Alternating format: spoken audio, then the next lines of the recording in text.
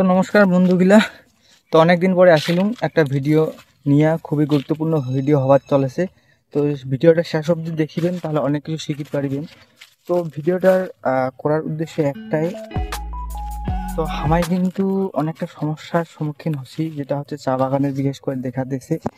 তো বন্ধুগুলা, এই যে দেখা পাচ্ছেন চা গাছের নাবি ধসার রোগ, মূলত ছত্রাক দ্বারা সৃষ্টি এই রোগ। এই রোগের কারণে চা গাছের পাতা ও ডালপালা ক্ষতিগ্রস্ত হয় ব্যাপকভাবে, যা আমরা বলে থাকি নাবি ধসা। এই রোগটি সাধারণত আবহাওয়াজনিত কারণে হয়ে থাকে। এছাড়াও চা বাগানে যদি অত্যাধিক পরিমাণে বনজঙ্গল দিয়ে ভর্তি থাকে, সেক্ষেত্রেও হতে পারে। এবছর আবহাওয়া একদম উপযোগী ছিল না, তাই বিভিন্ন ধরনের পোকামাকড় আক্রমণ করে। এর ফলে আমরা বিভিন্ন ধরনের ঔষধ ব্যবহার করেছি। যতটুকু প্রয়োজন ছিল তার থেকেও বেশি পরিমাণে ব্যবহার করেছি, যা চা গাছকে ব্যাপক হারে ক্ষতি করেছে। এর ফলে ব্যাকটেরিয়ার আক্রমণ হতে পারে। তো বন্ধুরা, এই রোগের হাত থেকে কিভাবে বাঁচাবেন আপনার চা গাছকে, এ নিয়ে কিন্তু অনেকেরই প্রশ্ন, আর এই প্রশ্নে অনেকেরই উত্তর জানা নেই। তাই আজকে আমি আপনাদেরকে সমস্ত ঘটনা তুলে ধরবো এই ভিডিওর মাধ্যমে। তো বন্ধুরা, আমি 3টা পয়েন্ট তুলে ধরবো, যে পয়েন্টগুলি আপনারা যদি মেনে চলেন, তাহলে আপনাদের চা বাগানে এরকম সমস্যা আর ভবিষ্যতে আসবে না। তাই অবশ্যই আপনারা এই 3টা পয়েন্ট সম্পর্কে জানুন।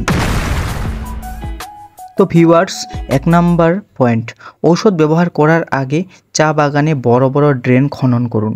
চা বাগানকে ভালো মতো পরিষ্কার রাখুন, যাতে ব্যাকটেরিয়ার হাত থেকে রক্ষা পায়। তো বন্ধুরা, 1 নাম্বার পয়েন্টটা কিন্তু আপনারা বুঝে গেলেন। তো ভিউয়ার্স, 2 নাম্বার পয়েন্ট, যতটুক রাসায়নিক সার প্রয়োজন এর বেশি দিবেন না।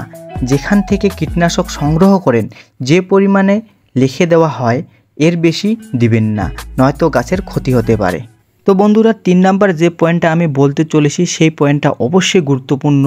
যে পয়েন্টটা আপনাদের হয়তো জানা নেই, এই পয়েন্টটা আপনাকে জানতেই হবে যদি আপনাদের চা বাগান থাকে, নয়তো আপনাদের এই সমস্যার সম্মুখীন হতে হবে বারবার। তাই অবশ্যই লাস্ট যে পয়েন্টটা আমি বলতে চলেছি, এটা অবশ্যই ধৈর্য সহকারে শুনুন। তো বন্ধুরা, 3 নাম্বার পয়েন্টটা হচ্ছে কি, এই রোগ বেশি পরিমাণে দেখা দিলে ভ্যালিডামাইসিন 3%, সাথে ক্যাপ্টেন 70%, তার সাথে হেক্সাকোনাজল 5% ও সিস্টেমেটিক ফাঙ্গিসাইড ব্যবহার করুন। তো বন্ধুরা, যে কয়েকটা আমি টেকনিক্যালের কথা বললাম, সেই টেকনিক্যালগুলো আপনারা অবশ্যই একসঙ্গে মিক্স করে ব্যবহার করবেন। তো ব্যবহারের পরিমাণ দোকানদারের কাছ থেকে জেনে নেবেন বন্ধুরা। আশা রাখছি আপনাদের চা বাগানে রোগটি ভালো হতে সাহায্য করবে। যদি ভিডিওটি উপকারী বলে মনে হয়, তাহলে চ্যানেলটিকে সাবস্ক্রাইব করুন এবং বন্ধুদের মাঝে শেয়ার করে দিন, এরকম নিত্য প্রয়োজনীয় কৃষি সংক্রান্ত ভিডিও পাওয়ার জন্য। Thank you. ভালো থাকবেন, সুস্থ থাকবেন।